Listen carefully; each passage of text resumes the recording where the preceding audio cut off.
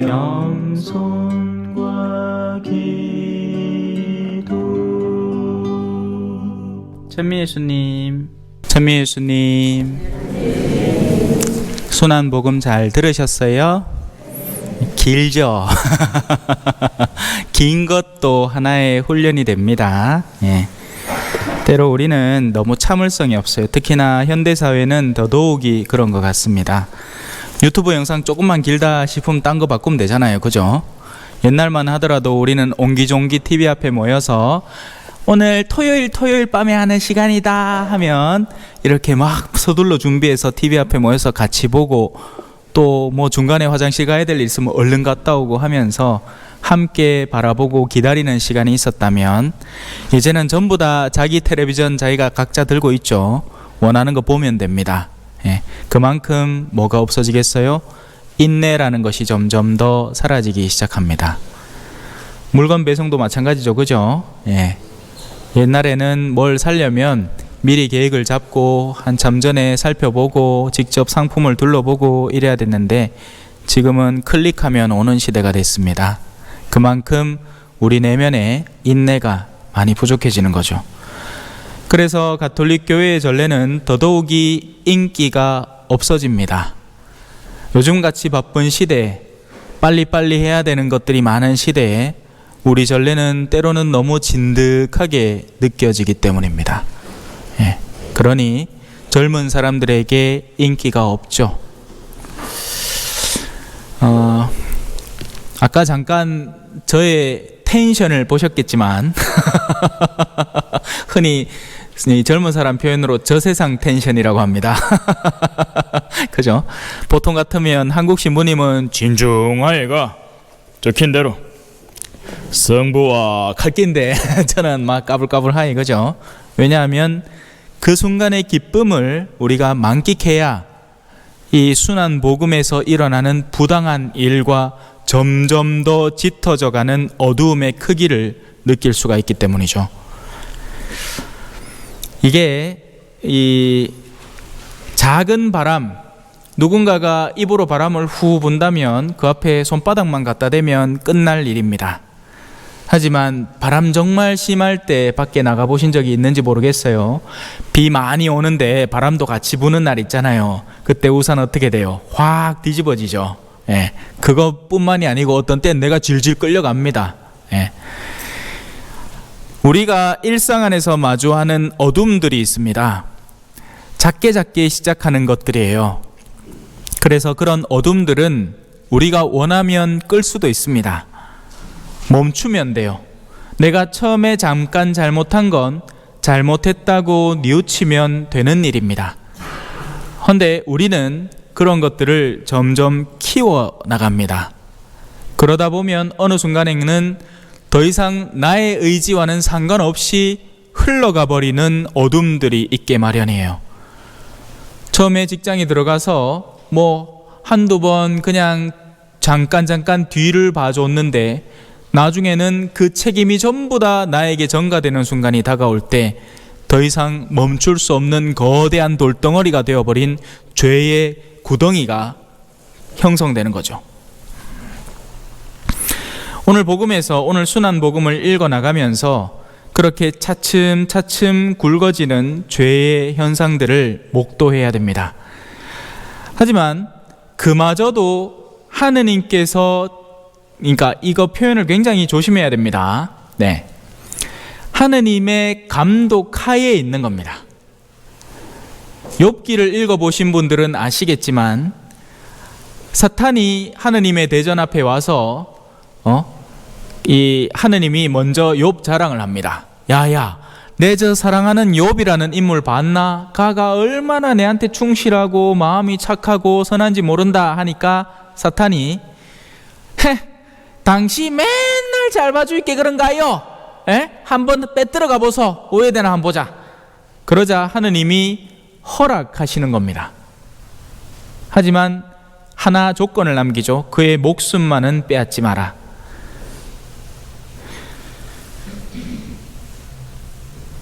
오늘 예수님은 수많은 제자들의 미흡함, 모자람, 배신자의 활동, 빌라도의 그릇된 선택, 그리고 수많은 군중들의 부르짖음, 이런 것들에 점점 죄에 휩싸여 갑니다.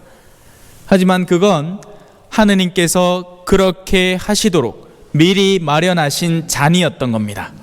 순환의 잔이었던 거죠. 그래서 예수님은 작정하고 더 많은 것을 빨아들이기로 결심하시는 겁니다. 우리가 여기 뭔가 더러운 것이 있을 때 깨끗한 걸레를 들고 와서 거기를 훔치고 나면 걸레의 더러움이 묻고 여기는 깨끗해지는 겁니다. 이렇게 간단하게 설명할 수 있는 것이 예수님의 대속이라는 개념인 거죠. 우리가 죄를 지었을 때 우리 스스로 그 죄에서 사실 벗어나지 못합니다. 우리는 어쩔 줄 몰라 해요. 내 마음이 무겁고 내 마음이 갈수록 뭔가가 찌뿌둥해지는데 나는 그것을 다룰 줄을 모르는 겁니다. 그래서 하느님은 우리에게 내가 그것을 치워주마 하고 당신의 행주를 보내신 거예요. 그분이 예수님인 거죠. 당신이 우리의 모든 어둠을 지고 가고 우리는 살라고 하는 겁니다. 그래서 누구든지 예수 그리스도라는 분을 받아들이기만 해도 그는 구원의 대열에 동참하는 겁니다. 문제는 어디 있겠어요? 우리가 그것을 원치 않는다는 게 문제입니다. 신부님이 그렇게 설명하는데 그걸 원치 않는 사람이 있을까요? 네, 있습니다. 왜냐하면 구원이라는 것은 그냥 다른 사람이 나에게 모든 것을 다 해주는 결과물이 아니라 구원받은 나로서 이제 그분의 길에 따라가야 하기 때문입니다. 당신이 가신 길, 십자가의 길을 나도 따라 걸어야 하는 겁니다. 그래서 사람들은 그 길을 걷기 싫어합니다. 그저 받고만 싶어 하죠. 물이 한 곳에 고이기만 하면 어떻게 될까요? 썩습니다. 상해버려요. 깊은 산 오솔길려 아주 작은 연못엔 지금은 더러운 물만 고이고 아무것도 살지 않지만 그 옛날 이 연못엔 예쁜 붕어 2마리 살고 있었다고 전해지지요. 깊은 산 작은 연못. 근데 그 2마리가 싸우고 1마리 죽고 나머지 1마리도 같이 죽고 그리고 물이 썩기 시작하죠. 고인 물은 썩습니다. 고인 신앙은 썩어요. 나 자신에게만 집중해 있는 신앙은 썩기 시작합니다. 그러기에 신앙은 변질되기 시작하는 겁니다. 하느님, 나 서울대 좀 붙게 해주. 하느님, 나 요번에 요거 사업하는 거 좀 되게 해주. 하느님, 나 아픈데 나 좀 치유해주. 그래? 그럼 그동안에 너는 다른 누구의 치유를 정말 간절히 기도한 적은 있느냐? 이 이기적인 자야. 축복이라는 것은 흐르는 것이지 너 혼자 빨아당기는 것이 아니다. 구원은 서로가 서로를 위해서 간절히 구원되기를 바라는 이들이 훗날 하늘나라에 모여 함께 기뻐하는 자리이지, 너 혼자의 달란트를 반딱반딱 빛내고 와서 하느님 앞에 드러낸다고 하느님이 기뻐할 요소가 있는 것이 아니다. 이 악하고 게으른 종아,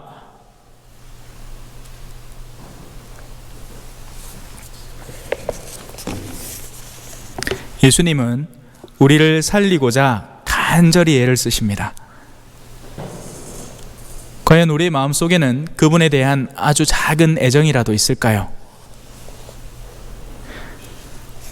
목석과 같은 자야 눈물도 없느냐. 우리 발등에 불 떨어지면요, 뜨거워합니다. 근데 딴 사람 발등에 불 떨어지면 그거 좀 뜨겁겠는데? 라고 할 수 있습니다. 딴 사람 발등에 불이 떨어졌는데 우리가 그 사실을 모르고 있으면 그런 줄도 모릅니다. 최근 들어 우크라이나에 전쟁이 일어났죠. 우린 다 알고 있습니다. 왠지 아세요? 언론에서 하루가 멀다 하고 떠들어대기 때문입니다. 제가 하나 묻죠. 거기만 전쟁 났습니까? 아닙니다. 수많은 다른 나라들의 전쟁은 존재하고 있었고 우리 주변에 가까운 이웃들의 고통은 존재하고 있었습니다. 하지만 우리는 그런 것이 존재하는지도 모르죠. 그러니 상관없는 겁니다. 제가 머물던 볼리비아만 하더라도 아주 작은 질병인데 아주 작은 도움만 있으면 금방 살아날 수 있는 어떤 건데 그 도움의 손길이 없어서 죽어나는 사람들이 있습니다. 우리 같으면 좋은 병원에 가서 하루 진단받고 그 다음날 나올 수 있는 질병일 텐데 그 동네에는 며칠을 앓다가 죽어야 됩니다. 하지만 상관없습니다. 누가 그런 소식을 전해주기를 합니까? 알려지기를 합니까? 우리는 우리의 귀에 들어오는 것, 우리의 눈에 보여지는 것에 민감하게 반응할 따름이죠. 하느님은 전 세상, 온 세계가 당신의 자녀들이고 그 가운데 가장 아픈 손가락을 돌보고 싶어 합니다. 하지만 우리는 흔히 내 주변에서 낑낑대는 사람들에게 시선을 금방 둡니다. 여러분 그거 아세요? 제가 지금까지 겪어온 수많은 사람들 가운데에서 정말 영혼이 고귀한 사람은 자신의 고통을 좀처럼 드러내지 않습니다. 그리고 흔히 끙끙대는 사람 치고는 다 살 구석이 있어요. 그런 사람은 크게 신경 안 써도 됩니다. 진짜 아프고 힘없는 사람은 신음소리도 못 내는 사람이에요. 그래서 그는 흔히 공격의 대상이 되죠. 만만하니까. 학교에서 왜 착한 친구들 있잖아요, 그죠? 한 대 툭 쳐도 아무 소리 안 합니다. 그러면 좀 까불어도 되겠다 싶으니까 이제 그 친구를 공격 대상으로 삼는 겁니다. 왜? 자기하고 똑같은 수준의 나쁨을 지닌 다른 친구는 건드리는 즉시 니 와 나 치노? 니도 안 맞아봐라! 하고는 복수를 하기 때문이죠. 하지만 선한 이들, 마음이 양선한 이들은 우리가 얼마든지 후두려 패도 된다고 착각을 하는 겁니다. 왜 그런 식귀가 있죠? 나는 그런 줄 알았다. 엄마는 그냥 무조건 다 참는다고. 엄마도 아파요. 부모님도 아프다고요. 단지 자녀를 위한 사랑에 표현을 하지 않을 뿐. 훗날 우리는 그 자리에 가보면 반드시 후회를 합니다. 내가 늙어보면 한 군데 두 군데씩 아파오면 왜 내 딸이 전화를 안 해줄까? 왜 우리 아이는 더 자주 방문하지 않을까? 하지만 이미 우리가 그 자리에 갔을 때 내가 이제서야 떠올리게 될 그 대상은 존재하지 않고 나는 그 섭섭함을 안고 살아갑니다. 아니에요. 그때 인내해야 됩니다, 여러분. 예? 하느님은 그런 이들의 신음소리를 다 듣고 계시니까요.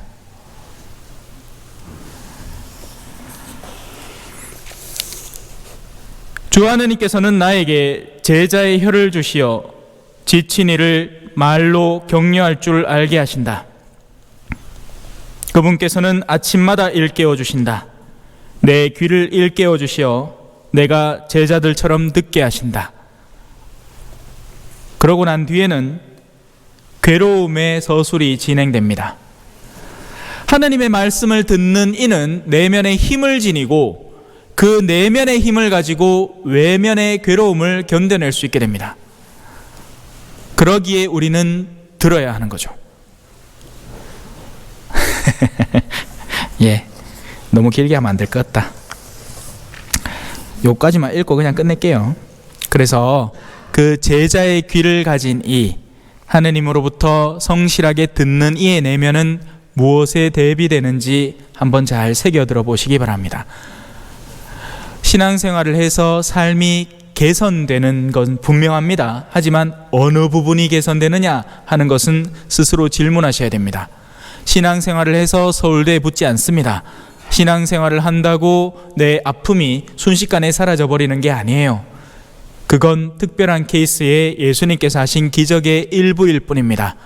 수많은 이들은 신앙 속에서 괴로움을 안고 살아갔습니다. 수많은 이들은 신앙 속에서 견뎌야만 했어요. 주 하느님께서 내 귀를 열어주시니 나에게 말씀이 들어오고 그 말씀은 나의 영을 자극해서 내 안에 성령이 활동하게 하신다. 그렇게 활성화된 나의 내면은 이런 활동을 견디도록 한다. 나는 거역하지도 않고 뒤로 물러서지도 않았다. 나는 매질하는 자들에게 내 등을, 수염을 잡아 뜯는 자들에게 내 뺨을 내맡겼고 모욕과 수모를 받지 않으려고 내 얼굴을 가리지도 않았다. 오늘 주님의 순환이 본격적으로 시작되는 이 거룩한 주간, 우리의 귀를 열고 하느님의 말씀을 여러분 안에 본격적으로 받아들이셨으면 좋겠습니다. 투덜대기를 좀 그치고 과연 우리는 예수님의 순환에 어떻게 조금이나마 동참할 수 있을지 한번 고민해보는 한 주간 되셨으면 좋겠습니다. 가장 거룩한 주간이니 사탄의 공격이 가장 강력할 겁니다. 준비되어 있지 않으면 마른 나무처럼 순식간에 불타버릴 겁니다. 하지만 우리가 준비되어 있다면 푸른 나무처럼 그 뜨거움을 견뎌내겠죠. 아멘. 찬미 예수님, 겸손과 기도.